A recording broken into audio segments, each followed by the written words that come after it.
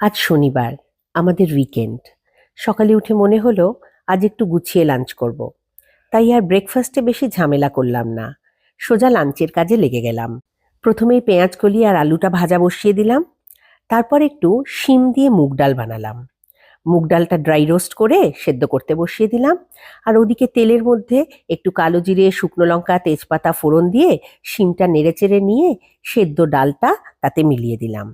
তারপরে একটু ওপর দিয়ে গরম জল দিয়ে একটু ফুটিয়ে নিয়ে একটু ফুটে যাওয়ার পরে দিয়ে দিলাম আদা আর লঙ্কার পেস্ট। খাবার সময় ডালের এই আদার গন্ধটা কিন্তু বেশ লাগছিল। সঙ্গে মেখেছিলাম একটু উচ্ছে আর আলু। একটা কিছু ননভেজ তো বানাতেই হয়।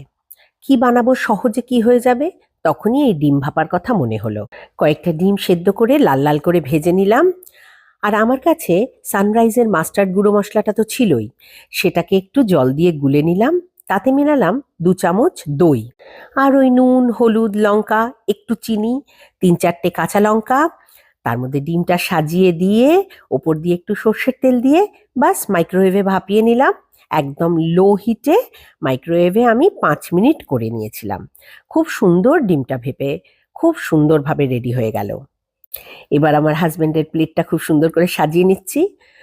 ও তো আজ অবাক, এত আইটেম দেখে ও ভাবছে কি হলো, কারণ আমি সাধারণত ম্যাক্সিমাম দুটো, তার বেশি কখনোই বানাই না একসাথে। তবে আজ চলি, টাটা।